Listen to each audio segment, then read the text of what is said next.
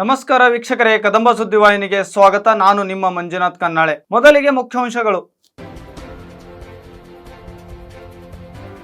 ಕುಡಿಯುವ ನೀರಿಗಾಗಿ ಗ್ರಾಮ ಪಂಚಾಯಿತಿ ಕಚೇರಿಗೆ ಬೀಗ ಜಡಿದು ಗ್ರಾಮಸ್ಥರ ಪ್ರತಿಭಟನೆ.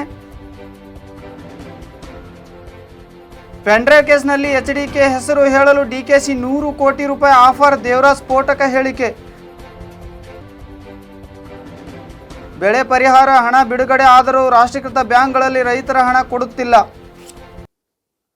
ಬೀದರ್ ಜಿಲ್ಲೆ ಔರಾ ತಾಲೂಕಿನ ಕೌಟಾಬಿ ಗ್ರಾಮದಲ್ಲಿ ನೀರಿಗಾಗಿ ಗ್ರಾಮಸ್ಥರು ಹಾಹಾಕಾರ ಎದುರಿಸುವ ಘಟನೆ ನಡೆದಿದೆ. ಕಳೆದ 1 ತಿಂಗಳಿಂದ ಗ್ರಾಮದಲ್ಲಿ ನೀರು ಬಾರದ ಹಿನ್ನೆಲೆಯಲ್ಲಿ ಗ್ರಾಮಸ್ಥರಿಂದ ಪ್ರತಿಭಟನೆ ನಡೆಸಿ ಗ್ರಾಮ ಪಂಚಾಯಿತಿ ಕಚೇರಿಗೆ ಬೀಗ ಹಾಕಿ ತಮ್ಮ ಆಕ್ರೋಶವನ್ನು ಹೊರಹಾಕಿದರು.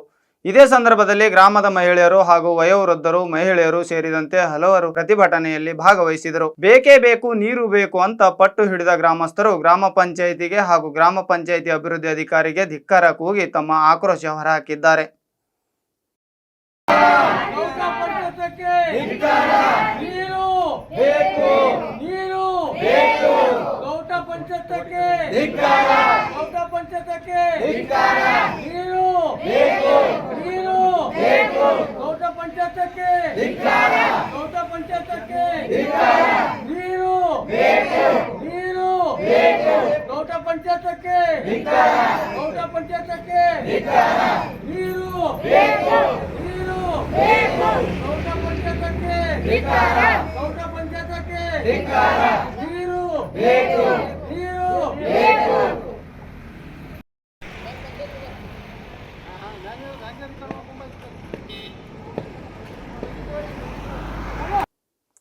ಜೆಡಿಎಸ್ ಸಂಸದ ಪ್ರಜ್ವಲ್ ರೇವಣ್ಣ ಅಶ್ಲೀಲ ವಿಡಿಯೋ ಪ್ರಕರಣ ದಿನಕ್ಕೊಂದು ತಿರುವು ಪಡೆದುಕೊಳ್ಳುತ್ತಿದೆ. ಈ ಪ್ರಕರಣದಲ್ಲಿ ಪೊಲೀಸರ ವಶದಲ್ಲಿರುವ ವಕೀಲ ದೇವರಾಜೇಗೌಡ ಇದೀಗ ಸ್ಫೋಟಕ ಹೇಳಿಕೆ ನೀಡಿದ್ದಾರೆ. ಅಶ್ಲೀಲ ವಿಡಿಯೋ ಪೆನ್ಡ್ರೈವ್ ಹಂಚಿಕೆಯನ್ನು ಮಾಜಿ ಸಿಎಂ ಎಚ್.ಡಿ. ಕುಮಾರಸ್ವಾಮಿ ಸೂಚನೆಯಂತೆ ಮಾಡಿದ್ದೇನೆ ಎಂದು ಹೇಳಿದರೆ 100 ಕೋಟಿ ರೂಪಾಯಿ ಕೊಡುವುದಾಗಿ ಡಿಕೆ ಶಿವಕುಮಾರ್ ಆಫರ್ ನೀಡಿದ್ದರು ಎಂದು ದೇವರಾಜೇಗೌಡ ಹೇಳಿದ್ದಾರೆ. ಪೆನ್ಡ್ರೈವ್ ಕುರಿತು ಉಪಮುಖ್ಯಮಂತ್ರಿ ಡಿಕೆ ಶಿವಕುಮಾರ್ ನನ್ನನ್ನು ಕರೆಸಿ ಮಾತನಾಡಿದ್ದಾರೆ. ಕಾರ್ತಿಕ್ನಿಂದ ಪೆನ್ಡ್ರೈವ್ ತರಿಸಿಕೊಂಡು ಎಲ್ಲ ಮಾಹಿತಿ ಪಡೆದಿದ್ದಾರೆ ಎಂದು ದೇವರಾಜೇಗೌಡ ಹೇಳಿದ್ದಾರೆ. ಪ್ರಜ್ವಲ್ ರೇವಣ್ಣ ಕುರಿತ ಪೆನ್ಡ್ರೈವ್ ಹಂಚಲು ಎಚ್.ಡಿ. ಕುಮಾರಸ್ವಾಮಿಯೇ ಹೇಳಿದ್ದಾರೆ ಎಂದು ಹೇಳಲು ನನಗೆ ಡಿಕೆಶಿ ಸೂಚಿಸಿದ್ದಾರೆ. ಹೀಗೆ ಹೇಳಿದರೆ 100 ಕೋಟಿ ರೂಪಾಯಿ ಕೊಡುವುದಾಗಿ ಆಫರ್ ನೀಡಿದ್ದರು ಎಂದು ದೇವರಾಜೇಗೌಡ ಹೇಳಿದ್ದಾರೆ. ಏನೇ ಸಮಸ್ಯೆ ಆದರೂ ನಾನು ನಿನ್ನನ್ನು ರಕ್ಷಿಸುತ್ತೇನೆ ಎಂದು ಡಿಕೆಶಿ ಭರವಸೆ ನೀಡಿದರು ಎಂದಿದ್ದಾರೆ. ಪೊಲೀಸರ ವಶದಲ್ಲಿರುವ ದೇವರಾಜೇಗೌಡ ಮಾಧ್ಯಮಕ್ಕೆ ಈ ಸ್ಫೋಟಕ ಹೇಳಿಕೆ ನೀಡಿದ್ದಾರೆ. ಪೆನ್ಡ್ರೈವ್ ರೆಡಿ ಮಾಡಿದ್ದೇ ಡಿಕೆ ಶಿವಕುಮಾರ್ ಎಂದು ಆರೋಪಿಸಿದ್ದಾರೆ. ಈ ಪೆನ್ಡ್ರೈವ್ ಪ್ರಕರಣಕ್ಕೆ 4 ಸಚಿವರು ನೇಮಕ ಮಾಡಿದ್ರು. ಚಲುವರಾಯಸ್ವಾಮಿ, ಕೃಷ್ಣ ಬೈರೇಗೌಡ, ಪ್ರಿಯಾಂಕ ಖರ್ಗೆ ಹಾಗೂ ಮತ್ತೊಬ್ಬ ಸಚಿವರ ತಂಡ ರಚಿಸಿದರು. ಬಳಿಕ ನಿರಂತರವಾಗಿ ನನ್ನ ಮೇಲೆ ಒತ್ತಡ ತರುವ ಪ್ರಯತ್ನವನ್ನು ಡಿಕೆ ಶಿವಕುಮಾರ್ ಮಾಡಿದ್ದಾರೆ ಎಂದು ದೇವರಾಜೇಗೌಡ ಹೇಳಿದ್ದಾರೆ. ಪ್ರಧಾನಿ ಮೋದಿ, ಬಿಜೆಪಿ ಹಾಗೂ ಕುಮಾರಸ್ವಾಮಿಗೆ ಕೆಟ್ಟ ಹೆಸರು ತರುವ ಈ ಪ್ರಕರಣವನ್ನು ಮಾಡಿದ್ದಾರೆ. 100 ಕೋಟಿ ರೂಪಾಯಿ ಆಫರ್ ನೀಡಿದರು. 5 ಕೋಟಿ ರೂಪಾಯಿ ಅಡ್ವಾನ್ಸ್ ಮೊತ್ತವನ್ನು ಬೌರಿಂಗ್ ಕ್ಲಬ್ನ 110 ರೂಮ್ ನಂಬರ್ಗೆ ಕಳಿಸಿದ್ದಾರೆ. ಚನ್ನರಾಯಪಟ್ಟಣದ ಗೋಪಾಲಸ್ವಾಮಿ ಅವರನ್ನು ಸಂಧಾನಕ್ಕೆ ಕಳಿಸಿದ್ದರು. ಗೋಪಾಲಸ್ವಾಮಿ ಬಳಿ 5 ಕೋಟಿ ರೂಪಾಯಿ ನಗದು ಕೊಟ್ಟು ಕಳಿಸಿದ್ದಾರೆ. ನಾಯಕ ಶಿವರಾಮೇಗೌಡ ಮೂಲಕ ನನಗೆ 100 ಕೋಟಿ ರೂಪಾಯಿ ಆಫರ್ ನೀಡಲಾಗಿತ್ತು ಎಂದಿದ್ದಾರೆ. ಡಿಕೆ ಶಿವಕುಮಾರ್ ಅವರ ಪ್ರಮುಖ ಉದ್ದೇಶ ಎಂದರೆ ಎಚ್.ಡಿ. ಕುಮಾರಸ್ವಾಮಿ ನಾಯಕತ್ವದ ಅಂತ್ಯಗೊಳಿಸಲು ಪ್ರಯತ್ನಿಸಿದ್ದಾರೆ ಎಂದು ದೇವರಾಜೇಗೌಡ ಹೇಳಿದ್ದಾರೆ. ಅವರ ಒತ್ತಡಕ್ಕೆ ನಾನು ಮಣಿದಾಗ ನನ್ನ ಮೇಲೆ ಹಲವು ಕೇಸುಗಳನ್ನು ಹಾಕಿದ್ದಾರೆ ಎಂದು ದೇವರಾಜೇಗೌಡ ಹೇಳಿದ್ದಾರೆ. ಕರೆಸಿ ಮಾತನಾಡಿದ್ರಲ್ಲಿ ನೀನು ಎಚ್.ಡಿ. ಕುಮಾರಸ್ವಾಮಿ ಮೇಲೆ ಹೇಳು, ಪೆನ್ ಡ್ರೈವ್ನ ಕುಮಾರಸ್ವಾಮಿ ಹಂಚೋರಿ ಅಂತ ಹೇಳಿದರೆ ನೀವು ಏನು ಸಮಸ್ಯೆ ಆಗೋಲ್ಲ, ನಾನು ಸೆಕ್ಯೂರ್ ಮಾಡ್ತೀನಿ ಅಂತ ಹೇಳಿದರು. ದೊಡ್ಡ ಮಟ್ಟದ ಹಣದ ಆಫರು ಕೊಟ್ಟರಲ್ಲಿ ಇದನ್ನೆಲ್ಲ ಹೆಚ್ಚು ಕಡಿಮೆ ಕಾರ್ತಿಕ್ನಿಂದ ಸಂಪೂರ್ಣ ಮಾಹಿತಿನ ಪಡ್ಕೊಂಡಿರೋದು. ಕಾರ್ತಿಕ್ನ ಪೆನ್ ಡ್ರೈವ್ ತರಿಸ್ಕೊಂಡು ಪೆನ್ ಡ್ರೈವ್ ರೆಡಿ ಮಾಡಿದೆ ಡಿ ಕೆ ಶಿವಕುಮಾರ್. ಇದಕ್ಕೆ 4 ಜನ ಮಂತ್ರಿಗಳ ಕಮಿಟಿ ಅಂತ ಹೇಳಿದ್ನಲ್ಲ, ಆ 4 ಜನ ಮಂತ್ರಿಗಳು ಯಾರು ಅಂತಂದರೆ ಚಲುವರಾಯಸ್ವಾಮಿ, ಆಮೇಲೆ ಕೃಷ್ಣ ಬೈರೇಗೌಡ, ಅದಾದಮೇಲೆ ಇವರು ಪ್ರಿಯಾಂಕ ಖರ್ಗೆ ಮತ್ತು ಇನ್ನೊಬ್ಬರು ಸಚಿವರು. ಒಟ್ಟು 4 ಜನ ಮಂತ್ರಿಗಳನ್ನ ಒಂದು ತಂಡ ರಚನೆ ಮಾಡಿ ಇದನ್ನೆಲ್ಲ ಹ್ಯಾಂಡಲ್ ಮಾಡೋಕ್ಕೆ ಬಿಟ್ಟಿದ್ದಾರೆ. ಅಲ್ಲಿ ಈಗ ನಿರಂತರವಾಗಿ ಈಗ ನನ್ನ ಮೇಲೆ ಏನು ಮಾಡಿದ್ರು, ನಾನು ಯಾವಾಗ ಒಪ್ಪಲಿಲ್ಲ, ನನಗೆ ಒಪ್ಪದೇ ಇದ್ದಾಗ ಏನು ಮಾಡಿದರು, ಈಗಾಗಲೇ ಇಷ್ಟೆಲ್ಲ ದೊಡ್ಡ ಹಗರಣ ಆಗಿರೋದ್ರಿಂದ ಅಲ್ಲಿ ಮೋದಿ ಅವರಿಗೆ, BJPಗೆ ಮತ್ತು ಕುಮಾರಸ್ವಾಮಿ ಕೆಟ್ಟ ಹೆಸರು ತರಬೇಕಂತ ಮಾಡಿರಲ್ಲಿ ನನಗೆ ಸುಮಾರು 100 ಕೋಟಿ ರೂಪಾಯಿ ಆಫರ್ ಕೊಟ್ಟರು. 5 ಕೋಟಿ ರೂಪಾಯಿ ಅಡ್ವಾನ್ಸನ್ನು ದುಡ್ಡನ್ನು ಬೌರಿಂಗ್ ಕ್ಲಬ್ಗೆ ರೂಮ್ ನಂಬರ್ 110 ಕಳಿಸಿದ್ರು.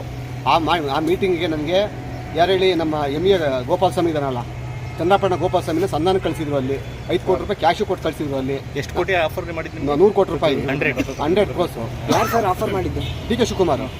ಏನಕ್ಕೆ ಅವ್ರು ಹೇಳಿದ್ದು, ಒಟ್ಟಲ್ಲಿ ದೇಶದಲ್ಲಿ ಮೋದಿ ಅವರಿಗೆ ಕಳಂಕ ತರಬೇಕಲ್ಲಿ, ಮೋದಿ ಅವರು ಈ ಅಶ್ಲೀಲ ರಾಸಲೀಲೆ ವಿಡಿಯೋದಲ್ಲಿ ಪ್ರಮುಖ ನಾಯಕರು ಅಂತೇಳಿ ಮೋದಿನ ಬಿಂಬಿಸಬೇಕು, ಅಲ್ಲಿ BJP ಕೆಟ್ಟದ್ದು ತರಬೇಕಂತ ಮಾಡಿದ್ದಲ್ಲಿ ಡಿ ಕೆ ಶಿವಕುಮಾರ್ ಅವರು ಮೇನ್ ಉದ್ದೇಶ ಅಂತ ಅಂದರೆ ಇವ್ರನ್ನ ಹೇಳಿ ಎಚ್ ಡಿ ಕುಮಾರಸ್ವಾಮಿನ ರಾಜ್ಯದಲ್ಲಿ ನಾಯಕತ್ವನ ಹಾಳು ಮಾಡಬೇಕು ಅಂತಂದೇಳಿ ಇದು ಹೇಳಿದ್ರಲ್ಲಿ ಇದು ಸತ್ಯ. ಅದು ಈಗಾಗಲೇ ಯಾವಾಗ ನಾನು ಒಪ್ಪದೇ ಇದ್ದಾಗೆ ಮಾಡಿದ್ರು ಫಸ್ಟ್ ಅಟ್ರಾಸಿಟಿ ಕೇಸ್ ಫಿಕ್ಸ್ ಮಾಡಿದ್ರು. ಅಟ್ರಾಸಿಟಿ ಕೇಸಲ್ಲಿ ಡಾಕ್ಯುಮೆಂಟ್ ಸಿಗಲಿಲ್ಲ, ಅಲ್ಲಿ ಅದು ನೆಗೆಟಿವ್ ಆಯ್ತು. ಅಲ್ಲಿ ಅದಾದಮೇಲೆ ಮತ್ತೊಬ್ಬಳ ಕೈಲಿ 354 ಲೈಂಗಿಕ ಕಿರುಕುಳ ಕೇಸನ್ನು ಹಾಕ್ಸಿದ್ರು. ಅಲ್ಲಿ ಅದು ಫೇಲ್ಯೂರ್ ಆಯಿತು. ಫೇಲ್ಯೂರ್ ಆಗಿ ಮಾಡಿದ್ರು. ಈಗ 360 ರೇಪ್ ಕೇಸ್ ಹಾಕ್ಸಿದ್ರು. ರೇಪ್ ಕೇಸಲ್ಲಿ ಯಾವುದೂ ದಾಖಲಾತಿ ಸಿಕ್ಕಿಲ್ಲ ಅವ್ರಿಗೆ. ಅಲ್ಲಿ ಸುಮಾರು 4 ದಿವಸಗಳ ಕಾಲ ನಿರಂತರವಾಗಿ ನಾನು ಇಂಟರ್ಗೇಟ್ ಮಾಡಿದ್ದಾರೆ. ಅಲ್ಲಿ ಇದರಲ್ಲಿ ಸೀರಿಯಸ್ ಆಗಿ SP IG ಅವರು ಕೂಡ ತಗೊಂಡು ಯಾವ ಆ ಪೆನ್ ಡ್ರೈವ್ ಕೋರ್ಟಲ್ ಸೀಸ್ ಮಾಡ್ಕೊಂಡಿದಾರಲ್ಲ ಈಗ ಸಿಕ್ಕಿದೆಯಾ? ಪೆನ್ ಡ್ರೈವ್ ನೋಡಿದ್ರೆ ಕಾರ್ತಿಕ್ 8 ಕಿಡ್ನಾಪ್ ಮಾಡಿರೋ ಕೇಸ್ ಅದು.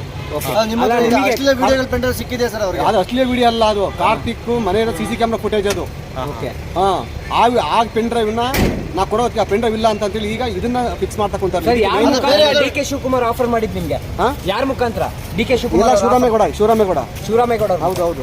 ಎಷ್ಟು ಆಫರ್ ಮಾಡಿದ್ರು ಸರ್? ಇನ್ನೊಂದ್ಸರಿ ನೇರವಾಗಿ DK ಶಿವಕುಮಾರ್ ಅಂತ ಮಾತಾಡಿದಾರಲ್ಲ. ಕೃಷ್ಣ ಬೈರೇಗೌಡರು. ಪೆನ್ ಡ್ರೈವ್ ಅಲ್ಲಿ ಯಾವ ವಿಡಿಯೋ ಇತ್ತು ಸರ್? ಅದು ಕಾರ್ತಿಕ್ 8 ಕಿಡ್ನಾಪ್ ಮಾಡಿರೋ ವಿಡಿಯೋ CC ಕ್ಯಾಮ್ರಾ ಫುಟೇಜ್ ಎಲ್ಲ ಇದಾವೆ. ಸದ್ಯದಲ್ಲಿ ಬಿಡುಗಡೆ ಮಾಡ್ತೀನಿ.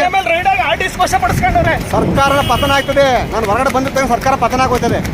ನಿಮ್ಮ ಮನೇಲಿ ಎಲ್ಲ ರೈಡ್ ಮಾಡಾರ ಏನ್ ರೈಡ್ ಮಾಡಲ್ಲ ಅಂತ ಏನೂ ಇಲ್ಲ, ಏನು ಸಿಕ್ಕಲ್ಲ ಅವ್ರಿಗೆ. ಬೆಳೆ ಪರಿಹಾರ ಹಣ ಬಿಡುಗಡೆ ಆದರೂ ರಾಷ್ಟ್ರೀಕೃತ ಬ್ಯಾಂಕುಗಳಲ್ಲಿ ರೈತರ ಹಣ ಕೊಡುತ್ತಿಲ್ಲ. ರೈತರ ಖಾತೆ ಹೋಲ್ಡ್ ಮಾಡಿದ್ದಾರೆ. ತಕ್ಷಣವೇ ಜಿಲ್ಲಾಡಳಿತ ಮಧ್ಯಪ್ರವೇಶ ಮಾಡಿ ರೈತರ ನೆರವಿಗೆ ಜಿಲ್ಲಾಡಳಿತ ಧಾವಿಸಲು ರೈತ ಸಂಘ ಒತ್ತಾಯ ಮಾಡಿದೆ. ಒಂದು ವೇಳೆ ಅನಿವಾರ್ಯವಾದರೆ ಬೀದಿಗಿಳಿದು ಹೋರಾಟ ಮಾಡುವುದಾಗಿ ಎಚ್ಚರಿಕೆ ನೀಡಿದೆ. ಬೆಳೆ ಪರಿಹಾರ ಹಣ ಕೊಟ್ಟಿಲ್ಲ, ಬ್ಯಾಂಕ್ ಖಾತೆ ಹೋಲ್ಡ್ ಮಾಡಿದ್ದಾರೆ. ಸಾಲ ಮರುಪಾವತಿ ಮಾಡುವವರೆಗೂ ಓಪನ್ ಮಾಡೋದಿಲ್ಲ.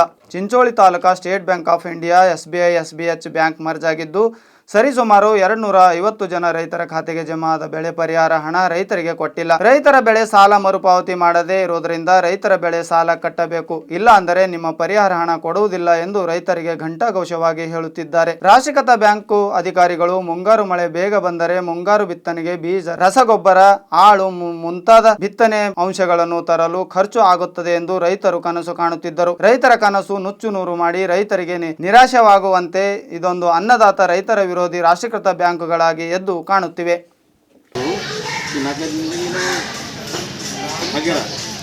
ಬ್ಯಾಂಕ್ದವ್ರು ಏನು ಮಾಡ್ತಾರೆ ಅಂದರೆ ಕಳ್ಳರು ರೈತರು ಕಮ್ಮಿ ಇಟ್ಕೊಳ್ತಾರೆ. ಈ ರೊಕ್ಕ ಇಟ್ಕೊಂಡ್ರೆ ಅವ್ರಿಗೇನು ಬ್ಯಾಂಕು ಪ್ರಾರಂಭ ಬರೋಬರ ಆಗಲ್ಲ. ಅದು ಈ ಬಂದು ಏನು ಅಂದರೆ ನಮಗೆ ಈ ಟೈಮ್ನಾಗೆ ಈ ಬಿತ್ತನೆ ಟೈಮ್ ಬಂದಾಗ ಈ ಒಕ್ಕಲ್ತನ ಉಳಿಬೇಕಂದ್ರೆ ರೈತರು ಉಳಿಬೇಕು, ಒಕ್ಕಲ್ತನ ಇರ್ತದೆ. ಈ ಬ್ಯಾಂಕ್ದವ್ರೆಲ್ಲ ಬಿಟ್ಟು ಅಂತ ವಿಜಯಮಲ್ಲ ಓಡೋದಂಗೆ ರೊಕ್ಕ ತೊಗೊಂಡು ಇರಲ್ಲ. ನಮ್ಮ ರೈತರು ರೊಕ್ಕನೇ ಹೇಳ್ಕೊಳ್ತಾರೆ. ತೆರಿಗೆ ಪದ್ಧತಿ ಬಂದದ್ದು ತಕ್ಷಣ ಇದು ರೊಕ್ಕ ಮತ್ತು ಬಿಡುಗಡೆ ಮಾಡಬೇಕಿದ್ರೆ ಉಗ್ರ ಹೋರಾಟ ಕರ್ನಾಟಕ ತುಂಬ ಮಾಡಬೇಕಾಗ್ತದೆ. ನಮ್ಮ ಇದು ರೊಕ್ಕ ರೊಕ್ಕ బరోలు బిట్టు వ్యాపారం బాధ్యతని పంటలు తీసుకొని ఆడ బ్యాంకులో కట్ చేసుకుంటున్నారు. మళ్ళీ ఇయ్యకు వచ్చిండ్రు. అవన్నీ మాకు DAP ఆడికి DAP కావాలి, ఆడికి కావాలి, మేము ఎడ్లు అమ్ముకున్నా, నువ్వు ఉరువు వేసుకున్నా, ఇవన్నీ చేస్తున్నారు. ఇయ్యకు వచ్చిండ్రు.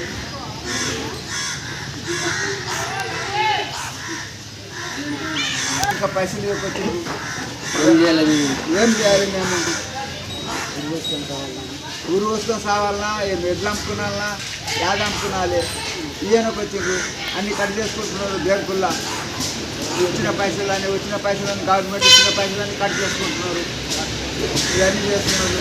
మేము ఎట్లా చేయాలి, ఎట్లా బతకాలి, ఇవన్నీ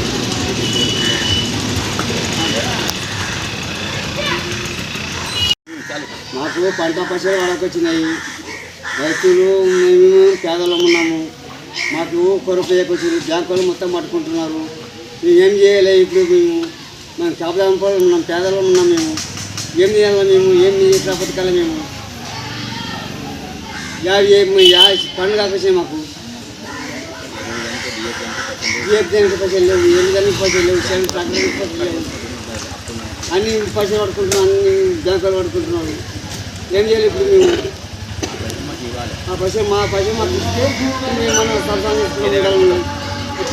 జగన్ మాకు ఏం చేయాలి? మేము అప్పుడు ಹೆಸರು ದೇವಪ್ಪ, ನಮ್ಮ ಹರಿಯಾಣ, ಚಿಂಚೋಳಿ ತಾಲೂಕು ಗುಲ್ಬರ್ಗ ಜಿಲ್ಲೆ ಮಾತಾಡೋದು.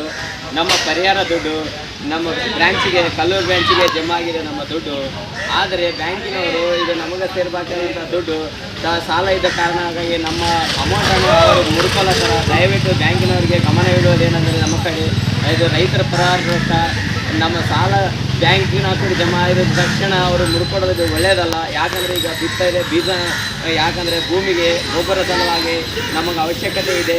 ಆದರೆ ಈ ಭೂಮಿ ಮೇಲೆ ಮಳೆ ಬಂದ ತಕ್ಷಣ ನಮಗೆ ದಯವಿಟ್ಟು ಬ್ಯಾಂಕಿನ ಅಧಿಕಾರಿಗಳಿಗೆ ಸಿಬ್ಬಂದಿಗೆ ತಾವು ಗಮನಕ್ಕೆ ಮಾಡುವುದೇನೆಂದರೆ ನಮ್ಮ ಹಣವನ್ನು ದಯಮಾಡಿ ರೈತರಿಗೆ ಕೊಡಬೇಕಂತೇಳಿ ತಮ್ಮ ವಿನಂತಿ. ಇದಿಷ್ಟು ಈ ದಿನದ ಸುದ್ದಿಗಳು. ನಾಳಿನ ಸಂಚಿಕೆಯೊಂದಿಗೆ ಮತ್ತೆ ಭೇಟಿಯಾಗೋಣ. ವಂದನೆಗಳು.